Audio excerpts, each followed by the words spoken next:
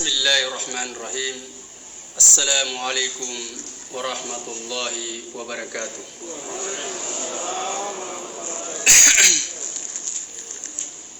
Alhamdulillahilladzi hamdan katsiran tayyiban mubarakan fihi kama yuhibbu rabbuna wa yarda.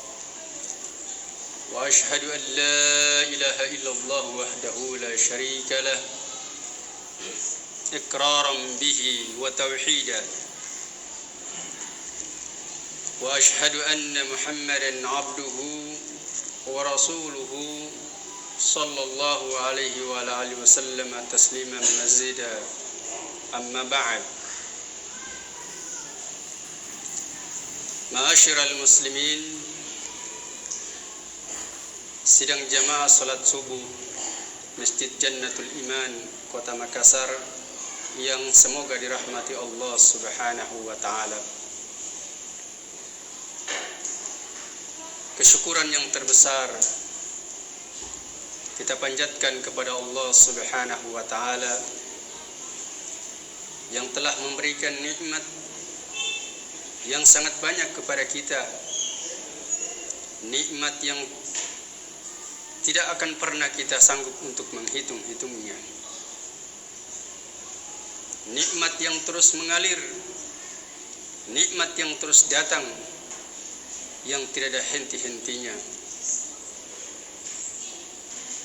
Nikmat yang terbesar yang Allah Subhanahu wa taala berikan kepada kita dari seluruh nikmat yang Allah berikan tersebut adalah nikmat berada di atas hidayah Islam, berada di atas hidayatut taufik, yang dengannya kita terus berada di atas amalan-amalan soleh. Terlebih-lebih kita dikumpulkan di masjid yang penuh berkah ini, yaitu juga adalah merupakan bagian dari nikmat tersebut, bahkan merupakan nikmat yang besar, yaitu kita melaksanakan kewajiban kita sebagai seorang muslim, yaitu melaksanakan salat subuh secara berjamaah. Dan juga kita hari ini alhamdulillah Allah berikan kemampuan, Allah berikan kesempatan untuk kembali berjumpa dengan bulan yang mulia, bulan Ramadan, untuk kembali bisa melaksanakan ibadah puasa di bulan ini, yang mana berpuasa di bulan yang mulia ini adalah merupakan salah satu rukun dari rukun-rukun Islam. Jamaah sekalian, tak lupa pula kita haturkan salawat dan salam kepada Nabi kita Muhammad sallallahu alaihi wasallam, keluarga dan para sahabat beliau, dan juga mudah-mudahan sampai kepada kita yang senantiasa mengikuti ajaran beliau sampai ajal menjemput kita. Amin ya rabbal alamin. Jamaah sekalian yang semua dirahmati Allah Subhanahu wa taala, di dalam Al-Quran ada satu surah yang sangat pendek dan sangat banyak dihafal oleh manusia, dan sangat banyak manusia yang menghafalnya. Bersamaan dengan banyaknya orang yang menghafal daripada surat tersebut, tapi sangat sedikit dari para penghafal surat tersebut mengetahui kandungan yang ada di dalamnya. Padahal kandungan yang terdapat di dalam surah tersebut adalah merupakan kandungan yang sangat besar. Bahkan karena besarnya kandungan dari surah tersebut, Imam Asy-Syafi'i rahimahullahu mengatakan, "Lau ma anzalallahu hujjatan ala khalqihi illa hadhihi surah lakafathum." sekiranya Allah Subhanahu wa taala tidak menurunkan satupun hujjah untuk makhluknya, untuk manusia, kecuali hanya surat ini saja, kata beliau, maka itu sudah cukup bagi manusia. Sudah cukup untuk menjadi hujjah bagi mereka di dalam beramal, di dunia ini untuk mendapatkan kebahagiaan di akhirat, dan sudah cukup untuk menjadi hujjah yang akan mengazab mereka di akhirat nanti ketika mereka melanggar aturan-aturan Allah Subhanahu wa taala. Surah apakah itu jamaah sekalian yang semua dirahmati Allah Subhanahu wa taala? Yaitu surat Al-Asr. Allah Subhanahu wa taala berfirman, A'udzu billahi minasy syaithanir rajim. Bismillahirrahmanirrahim. Wal 'ashri innal insana lafi khusr illa alladhina amanu wa 'amilus salihati wa tawasaw bil haqqi wa tawasaw bis sabr. Kata Allah Subhanahu wa taala, wal 'ashri, demi masa. Allah Subhanahu wa taala bersumpah demi masa. Di dalam surah ini Allah bersumpah. Allah Subhanahu wa taala bersumpah dengan apa saja dari makhluknya. Dan Allah Subhanahu wa taala mengharamkan hamba-hambanya bersumpah dengan selain nama Allah Subhanahu wa taala. Dan Allah Subhanahu wa taala bersumpah di dalam surah ini menunjukkan bahwasannya perkara yang sangat besar yang Allah kabarkan kepada hamba-hambanya dari perkara yang akan disampaikan di dalam surah ini. Di sini Allah Subhanahu wa taala berfirman, innal insana lafi khusrin. Innal insana lafi khusrin. Sesungguhnya manusia, al-insan, al-insan, manusia. Kata al-insan di sini ada huruf alif dan lamnya. Al itu memberikan makna al-insan di sini, maknanya adalah seluruh manusia. Seluruh manusia itu dia dalam keadaan fi khusrin, dalam keadaan merugi. Allah Subhanahu wa taala kabarkan seluruh manusia itu dalam keadaan merugi. Allah awali dengan sumpah. Dan ini adalah merupakan peringatan yang sangat besar kepada manusia, betapa besarnya kerugian yang mereka dapatkan ketika mereka tidak mau beriman kepada Allah Subhanahu wa taala, tidak mau menjalankan syariat Allah Subhanahu wa taala, tidak mau mengikuti para rasul yang Allah Subhanahu wa taala utus kepada mereka, tidak mau mengikuti Al-Quran dan sunnah Nabi sallallahu alaihi wasallam yang telah Allah Subhanahu wa taala turunkan kepada mereka. Kemudian setelah itu Allah sebutkan 4 sifat manusia yang tidak termasuk dalam golongan orang-orang yang merugi tersebut. Di sini Allah sebutkan 4 sifat manusia di sini adalah kewajiban bagi siapapun juga untuk bersifat dengan 4 perkara tersebut agar supaya dia mendapatkan keberuntungan di dunia dan di akhirat. Apa 4 sifat tersebut? Allah katakan illal ladzina amanu, kecuali orang-orang yang beriman. Yang pertama adalah orang-orang yang beriman. Iman di sini adalah iman yang didasarkan dengan ilmu. Karena sesungguhnya iman tanpa ilmu adalah merupakan perkara sia-sia belaka. Karena tidak akan benar keimanan seseorang kecuali dia dasari dengan ilmu. Sehingga dia mengimani apa-apa yang Allah Subhanahu wa taala perintahkan untuk diimani. Mengimani sesuatu perkara yang Allah Subhanahu wa taala telah wahyukan kepada Rasulnya untuk disampaikan kepada umatnya untuk diimani. Sehingga keimanannya dia itu menjadi iman yang benar yang menyelamatkan dia dari api neraka dan memasukkan dia ke dalam surga. Beriman yang didasari dengan ilmu. Oleh karena itu mempelajari ilmu tentang syariat Allah Subhanahu wa taala adalah perkara yang merupakan wajib ain, fardu ain.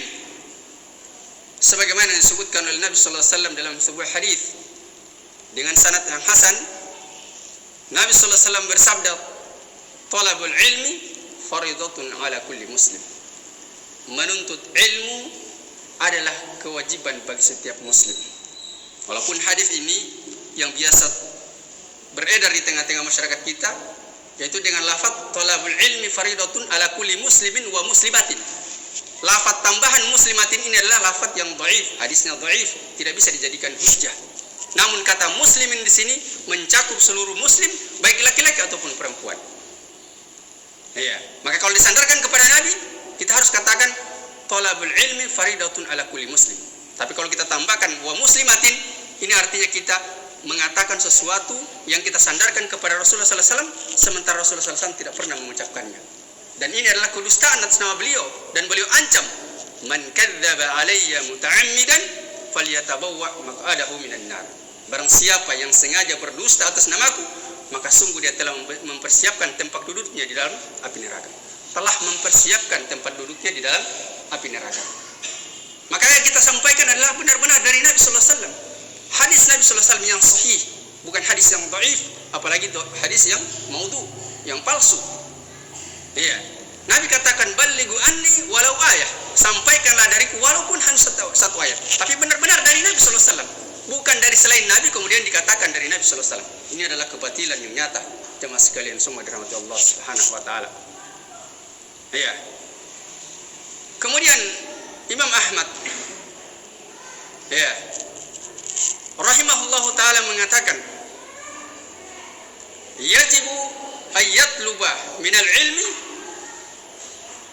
ma yaqumu bihi dinu. Ya, wajib bagi seseorang itu dia untuk mempelajari ilmu tentang agama Allah Subhanahu wa taala. Ya. Yang mana dengan ilmu tersebut maka dia bisa menjalankan agamanya.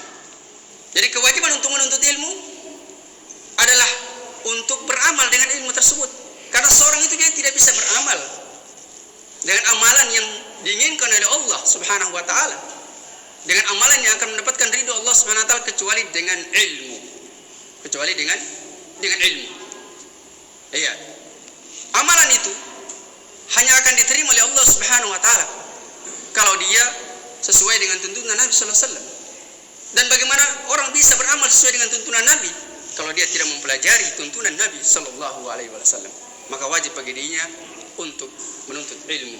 Jemaah sekalian semua rahmat Allah Subhanahu wa taala. Orang yang salat bisa benar salatnya kalau dia mempelajari tentang salat. Orang yang puasa akan benar puasanya dan akan diterima oleh Allah Subhanahu wa taala kalau dia mempelajari tentang perkara-perkara puasa dan hal-hal yang berkaitan dengan puasa. Iya, apakah itu dia pembatal-pembatal puasa, keutamaan-keutamaan puasa, rukun-rukun puasa dan lain-lain sebagainya dari perkara-perkara yang berkaitan dengan puasa. Kemudian jemaah sekalian, perkara yang kedua dari sifat yang mendapatkan keselamatan yang disebutkan dalam surat ini adalah wa'amilus shalihat, adalah beramal soleh. Ya, beramal soleh yaitu amalan yang dibangun di atas ilmu. Ketika dia mempelajari agama Allah Subhanahu wa taala, dia beramal dengan ilmunya tersebut. Ya, beramal dengan ilmu tersebut. Dan seseorang itu dia tidak dikatakan dia berilmu walaupun banyak hafalannya, walaupun banyak hadis hafalannya dia. Banyak hadis yang dia hafal, banyak Quran yang dia hafal, bahkan hafal 30 juz. Dia tidak dikatakan dia berilmu kecuali dia beramal dengan ilmunya. Ya. Kapan dia beramal dengan ilmunya? Maka dia dikatakan berilmu. Kapan dia tidak beramal? Maka dia dikatakan jahil. Sebagaimana dikatakan oleh Fudail bin Iyad rahimahullahu taala, la yazalul alimu jahilan. Senantiasa orang yang memiliki ilmu itu dikatakan dia sebagai orang yang jahil. Orang yang jahil, yang bodoh. Iya, dikatakan dia orang yang jahil. Hatta ya'malu bi ilmihi, hingga dia beramal dengan ilmunya. Kalau dia sudah beramal dengan ilmunya, kata beliau, fa idza 'amila bihi shara 'aliman. Jika dia beramal dengan ilmunya, maka jadilah dia orang yang berilmu. Jadilah dia orang yang alim. Jadi ilmu itu harus diamalkan. Kapan tidak diamalkan? Maka dia adalah tergolong dari orang-orang yang jahil, orang-orang yang bodoh, yang tidak diridhai oleh Allah Subhanahu wa taala. Kemudian jamaah sekalian yang semoga dirahmati Allah Subhanahu wa taala, perkara yang ketiga adalah watawasau bil haq, saling menasihati dalam kebenaran. Saling menasihati dalam kebenaran adalah berdakwah di jalan Allah Subhanahu wa taala, mengajak manusia kepada Allah Subhanahu wa taala, mengajak manusia untuk beriman dan beramal soleh, mengajak manusia untuk mengikuti Allah dan Rasulnya, bukan mengajak manusia kepada kelompoknya, kepada dirinya. Ya.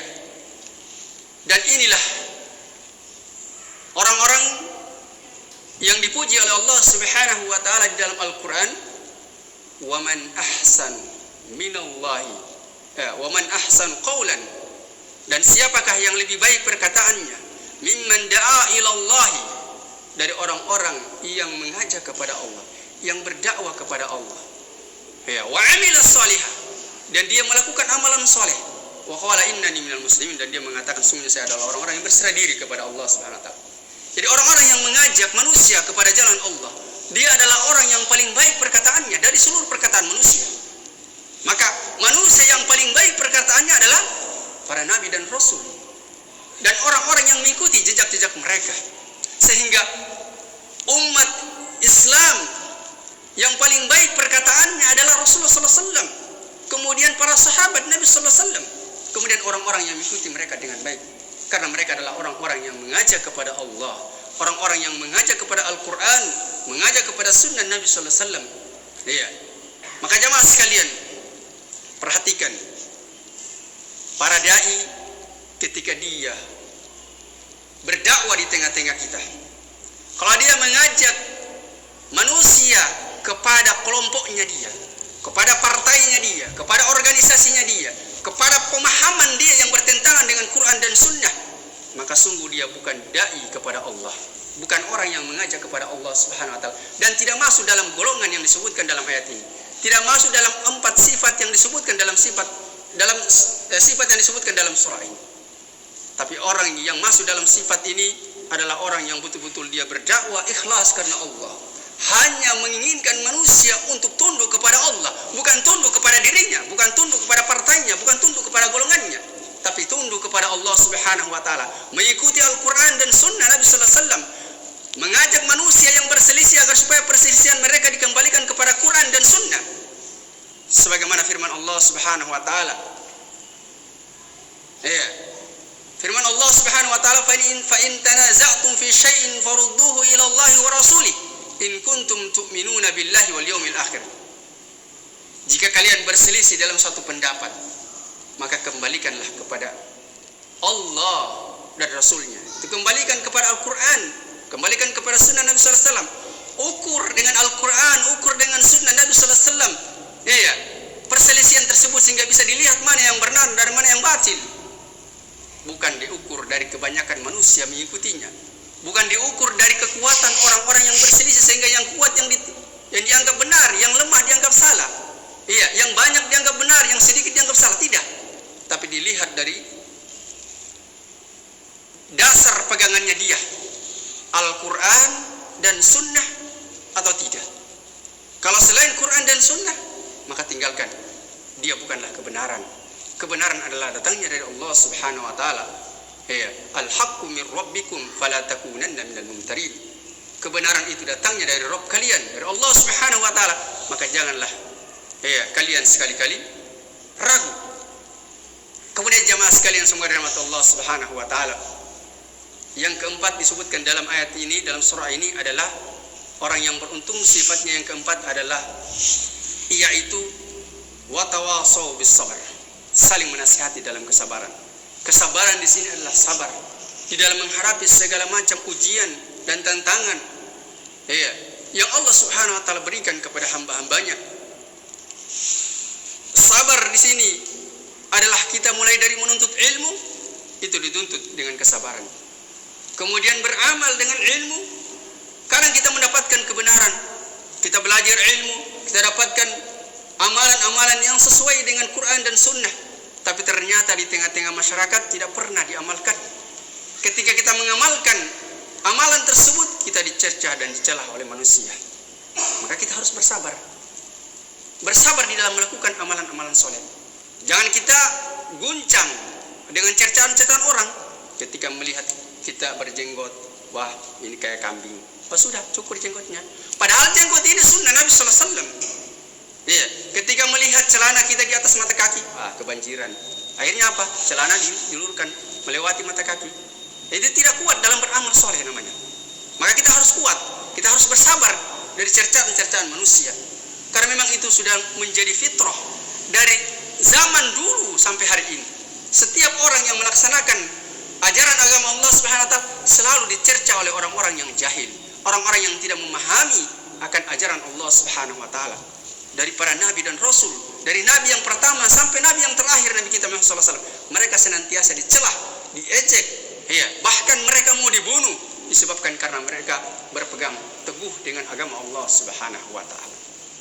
Maka Allah kabarkan di dalam Al-Qur'an, ya, wa qad kudzibat rusulun min qablika, sungguh telah didustakan rasul-rasul sebelum engkau wahai Muhammad.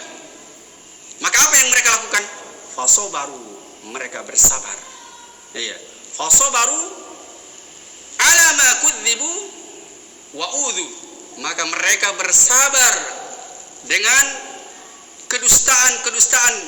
Iya, bersabar dengan pendustaan manusia kepada mereka dan juga gangguan manusia kepada mereka, cercaan dan hinaan manusia kepada mereka. Mereka bersabar hatta atahum nasruna, hingga datang kepada mereka pertolongan kami. Hingga datang kepada mereka pertolongan Allah Subhanahu wa taala, mereka tetap bersabar. Maka jamaah sekalian yang semoga dirahmati Allah Subhanahu wa taala, kesabaran adalah merupakan nikmat yang sangat besar. Seseorang yang dikaruniai oleh Allah Subhanahu wa taala kesabaran, maka sungguh Allah telah memberikan nikmat yang sangat besar kepadanya. Kenapa demikian jamaah sekalian? Karena orang-orang yang bersabar itu Allah berikan pahala tanpa batas. Innama yuwaffas sabiruna ajrahum bighairi hisab. Sesungguhnya orang-orang yang bersabar itu mereka diberikan pahala tanpa batas. Terus menerus mengalir pahala mereka, sampai mereka dimasukkan ke dalam surganya Allah Subhanahu wa taala.